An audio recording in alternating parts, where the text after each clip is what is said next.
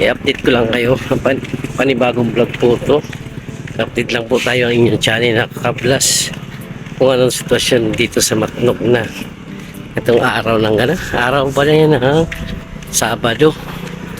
Wala nang ganong traffic, wala nang ganong sasakyan. Ayan, sasabungat na siya.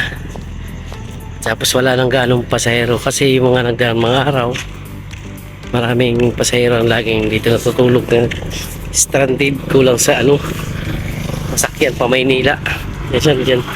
Yan sa mga gilid-gilid na yan, yan dito nakikitulog sila. Sasakyan sino? Ayan, may jean. Ngayon wala nang gaano, wala nang nag-aabang ng mga pasahero, kaya medyo okay na. Balik na naman sa normal ang biyahe, hindi na gaano mapasahero. Wala na natawid galing Samar dito para dito mag-abang ng sasakyan. Kawawa naman kasi karamihan natutulog sa dyan sa mahamog.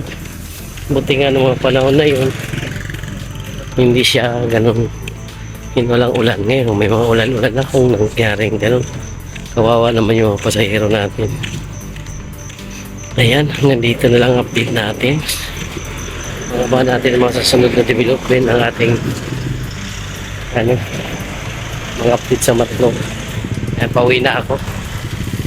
Ang ating bagong channel, upload natin ang bagong channel natin. Paki-like and share sa ating bagong channel, ang Kakablas Vlog. Maraming salamat po. Magandang gabi, hanggang sa muli po. Bye bye.